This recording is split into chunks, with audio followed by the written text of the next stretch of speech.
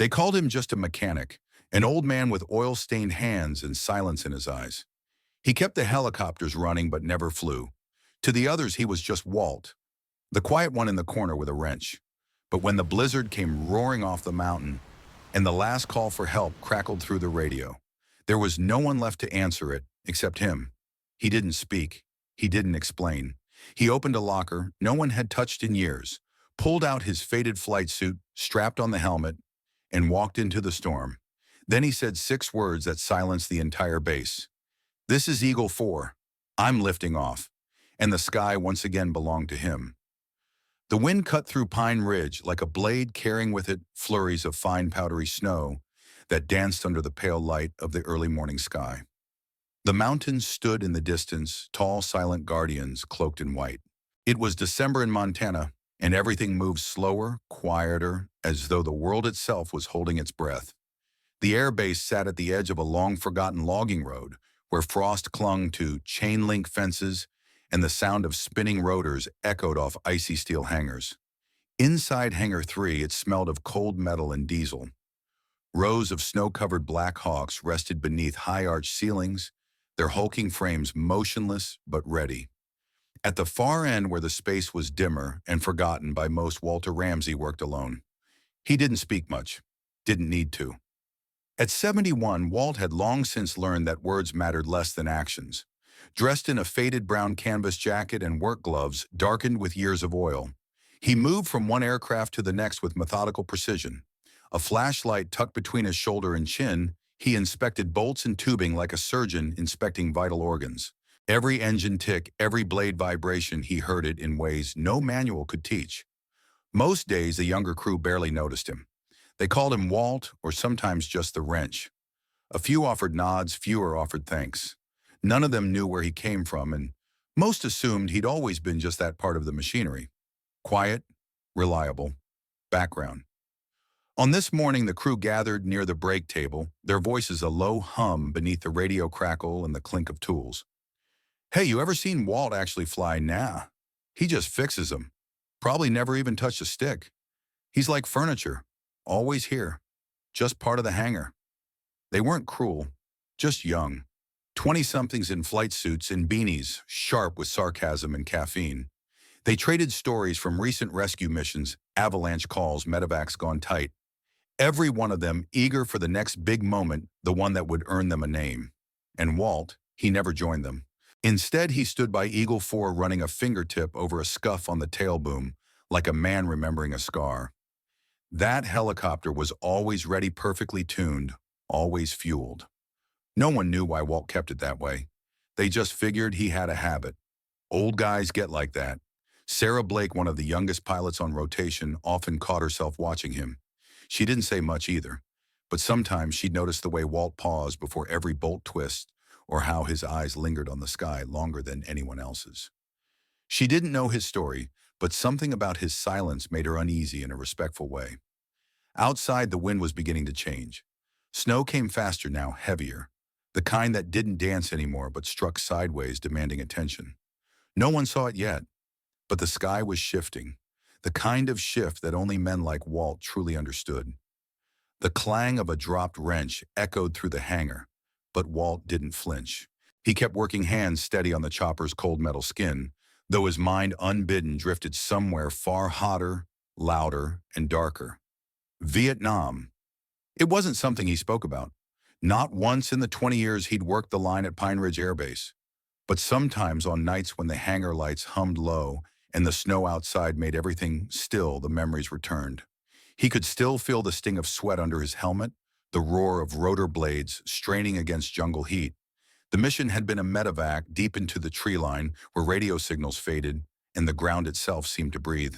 His bird call sign, Dust Off 6, had been the last in the air that night. A team pinned down. No way out but above.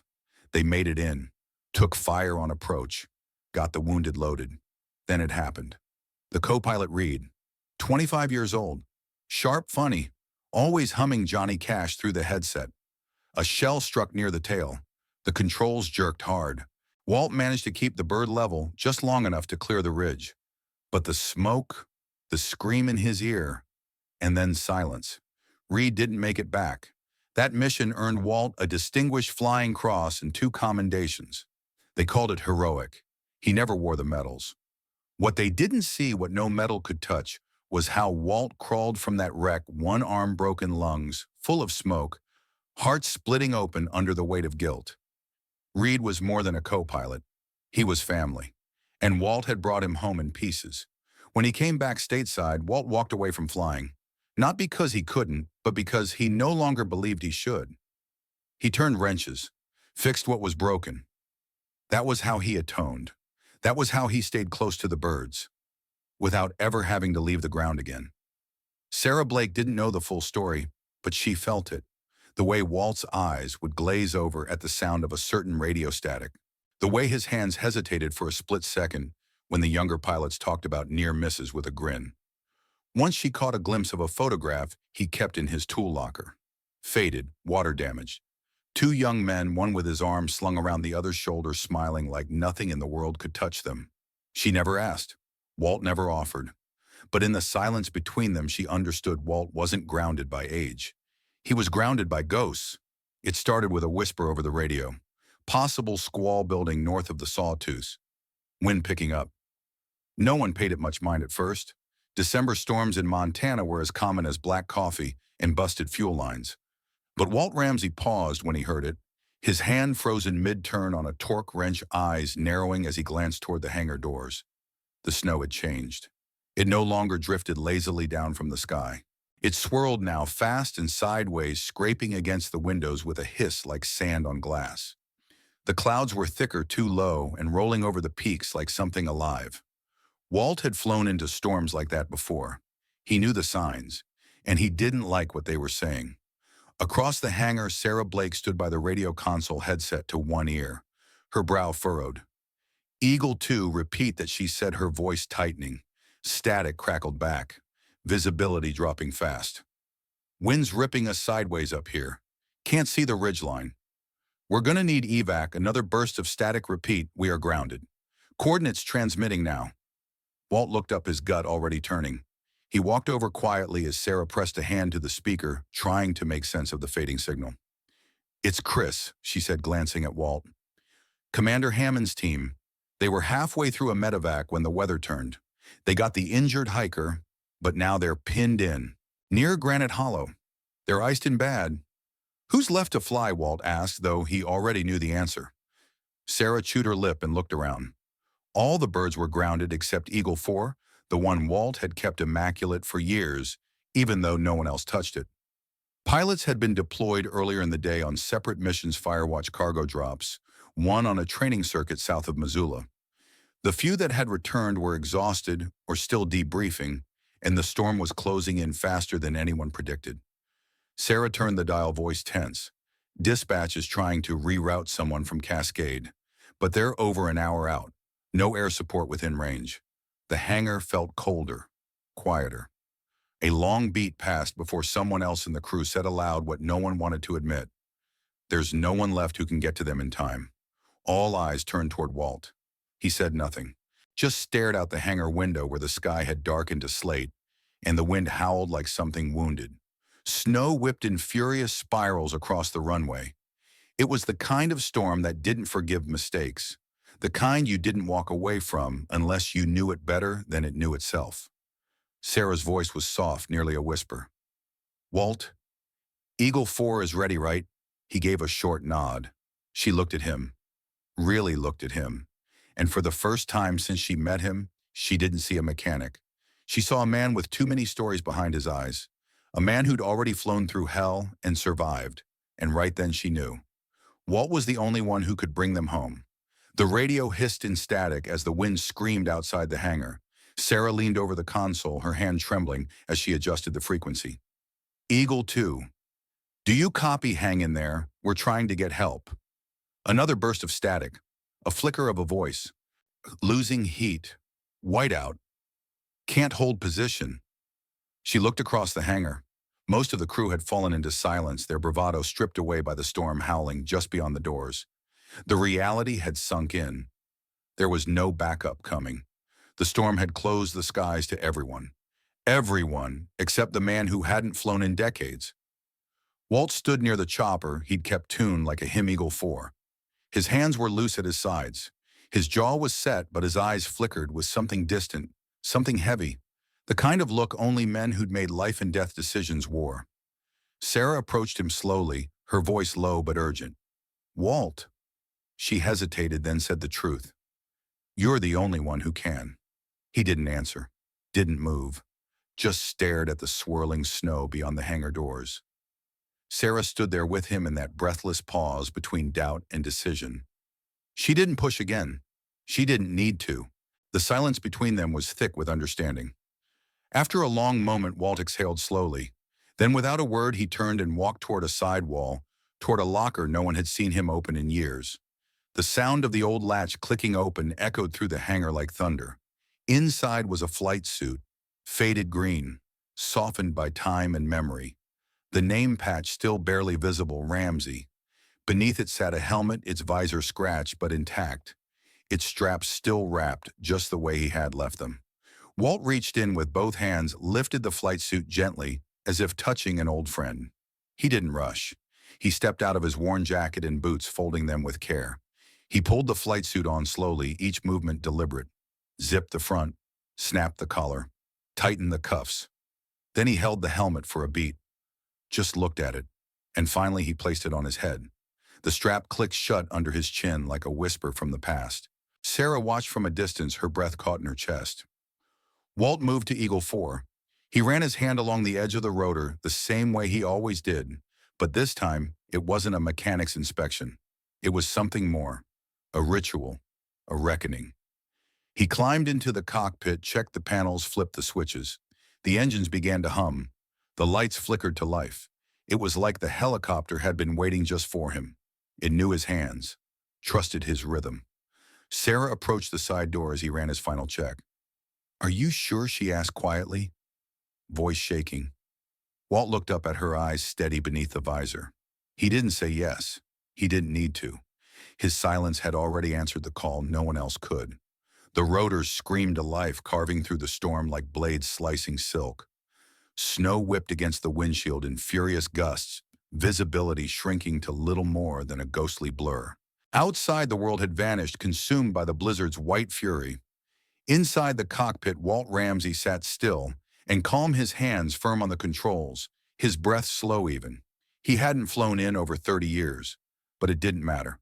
The moment the skids left the tarmac, something old and buried surged back inside him. Muscle memory, instinct, that deep hum in the chest that only pilots knew when the earth fell away. The chopper lifted into the storm like a myth reborn. Walt kept his eyes on the instruments, the artificial horizon, the altimeter, the nav panel blinking through static. Outside was chaos, but inside in his seat it was clear. The sky had changed, but Walt had not. "Come on, girl," he muttered under his breath, one hand brushing the dashboard like it was alive. "Let's do this one more time." Snow pelted the canopy in sheets. Ice clawed at the blades. The wind rocked the bird hard, left then harder right. But Walt worked the stick with quiet grace, each adjustment careful and smooth, like guiding an old horse through unfamiliar terrain. He spoke again, softer now, to someone long gone. "Reed, you'd laugh at me if you saw this. You'd say I was crazy." A pause, a tight swallow. "But you'd understand why I'm here." The headset hissed with static. No voices, no updates, just the drone of the engines and the roar of snow across metal. Walt pressed on, eyes darting between his instruments in the shifting white beyond the glass. The coordinates weren't enough. With this kind of weather, GPS was guesswork. Radio beacons only did so much when the world was wrapped in fog and fury. But he didn't need tech. He had something more. He had instinct. Walt adjusted course slightly north, tapping his fingers against the throttle. "Granite Hollow," he whispered. "Low pocket, east-facing ridge. That's where I'd go if I had wounded aboard." He dropped altitude slowly, cautiously, feeling the pressure change in his chest. The treetops appeared as dark shapes below, blurring and reforming through the white curtain. His breath fogged the inside of his visor, but he didn't wipe it. He just kept scanning. Then a flicker just for a second, a metal glint. He circled back. "There you are," he murmured, eyes narrowing. Beneath him, buried halfway in a drift, was the downed rescue chopper. Its tail section tilted upward, one rotor blade buried deep in snow. A figure moved nearby, small, barely visible, waving with both arms. Walt gritted his teeth and set his jaw. This is it. He brought the bird around, adjusted the pitch, and dropped slowly, fighting the wind the whole way. The chopper groaned, protesting, but Walt whispered to her like she could hear. Easy now. Hold together just a little longer. And as the skids touched down, soft but solid, Walt exhaled.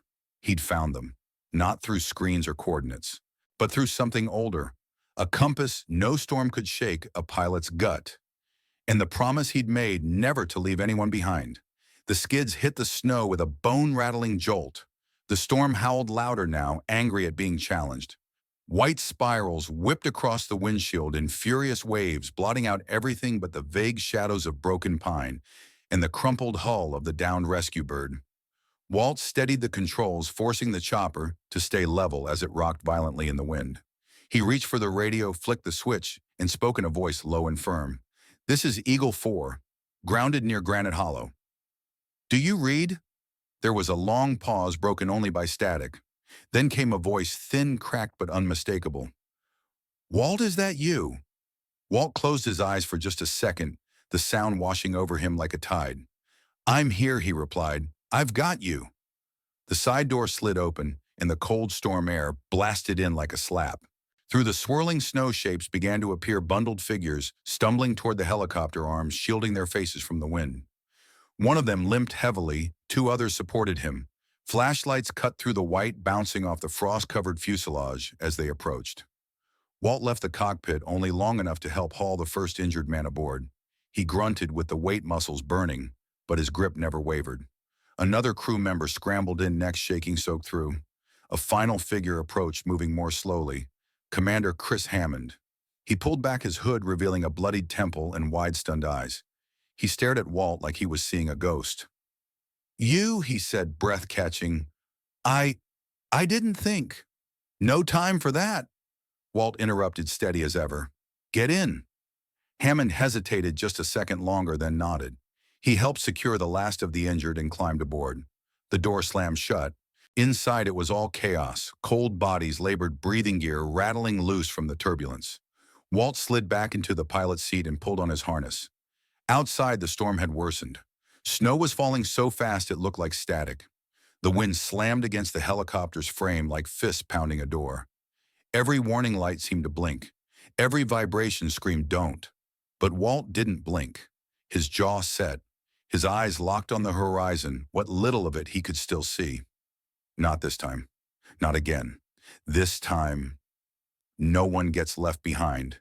His hands danced over the controls. The rotors roared. Ice shattered off the blades as they gained speed. The chopper lifted slowly, groaning, shuddering, then suddenly rose like a phoenix from the snow.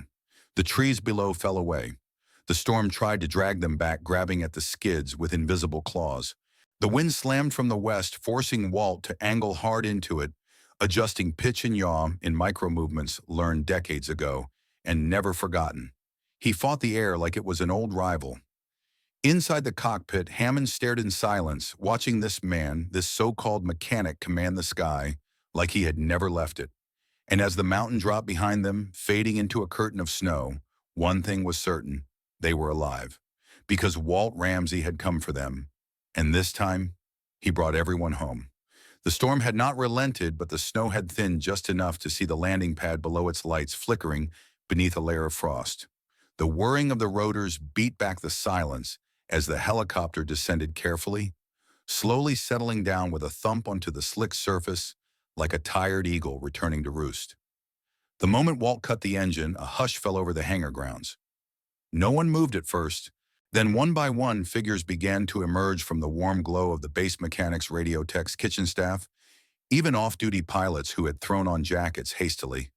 They stood in the snow, unmoving, watching the side doors open, watching the rescue team, cold and bruised, step down into the light. Commander Hammond was the last to descend his steps, cautious, his breath visible in the cold air. He turned and offered a hand as Walt climbed out behind him. But Walt didn't need help. His movements were steady, purposeful. He stood tall, his helmet tucked under one arm, snow collecting lightly on his shoulders. No one joked. No one said, "Hey, Walt, grab a wrench." No one said anything at all. The silence was reverent. It wasn't about medals. It wasn't about rank. It was about something deeper, about the kind of courage that lives quietly until the world gives it no other choice but to speak. Sarah Blake pushed through the crowd. Her eyes were wide, glassy with the emotion she couldn't hide. She stood in front of Walt, her voice barely a whisper. "You saved them. You saved all of them." He gave a slight nod, more out of habit than pride. She shook her head in disbelief. "Why didn't you tell us who you were?" Commander Hammond stepped up beside her, snow streaked across his brow, his mouth still half open like he was searching for words. "We thought you were just a mechanic." Walt's expression didn't change. He looked at them, both eyes calm, steady. Then finally he spoke. "Some things are easier shown than said." The words hung in the cold air for a long moment. Sarah lowered her eyes, the weight of everything settling in her chest. Around them, the crew remained quiet, but now their expressions had shifted, no longer confused, no longer dismissive. They looked at Walt like they were seeing him for the very first time. Inside the hangar, the lights glowed soft and golden. Someone opened the door to the ready room. The smell of coffee drifted out. The normal routine was returning, but something in the air had changed. Respect doesn't always need trumpets or applause. Sometimes it's in the way a crowd steps aside when you walk through. Sometimes it's in the silence people keep because they don't want to cheapen a moment with the wrong words. Walt didn't wait for thanks. He simply walked forward, back into the warmth, back into the place where he'd once been overlooked. Now every eye followed him, and no one ever called him just a mechanic again. The next morning the storm was gone. What remained was a crisp blue sky stretched over a snow-blanketed base. The air was still biting cold and fresh, the kind of morning that made even the wind feel respectful. Inside Hangar 3, the clang of metal and low hum of conversation returned to their usual rhythm. The crews were back at their stations. Machines needed tuning, reports needed filing, but something was different. Walt Ramsey was already there. Same flannel shirt, same work boots, same slow, methodical pace as he wiped down his tools and checked the hydraulic lines on Eagle 4 like nothing had changed. But it had. Not in him, but in the way others moved around him. Where once there were sidelong glances and quiet dismissals, now there was a gentle silence when he passed. Conversations paused. Younger mechanics straightened unconsciously when he walked by. No one dared call him the wrench anymore. They didn't need to. Everyone had seen who he was. Even the air inside the hangar seemed to carry more weight, as if it remembered. Sarah Blake approached with a clipboard tucked under one arm and a coffee in her hand. She didn't say much, just handed him the coffee and nodded. He took it without a word, offering a faint smile in return. That was enough. Between them, there was no need for grand speeches. Later that afternoon, a courier from the base commander's office arrived with a sealed envelope. Inside was a letter of commendation. Not just a formality, this one had weight behind it. Official recognition for valor in flight under extreme conditions, for saving the lives of 4 personnel, for stepping in when no one else could. Walt read it once, then folded it carefully like something sacred. He didn't display it in the front office. He didn't show it off in the ready room.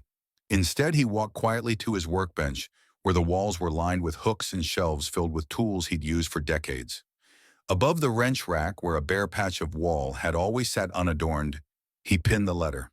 Not for pride, not for attention, but for memory, for Reed, for the ones who hadn't come home, for the flight suits he never forgot, for the promise he'd made to himself in the snow so many years ago.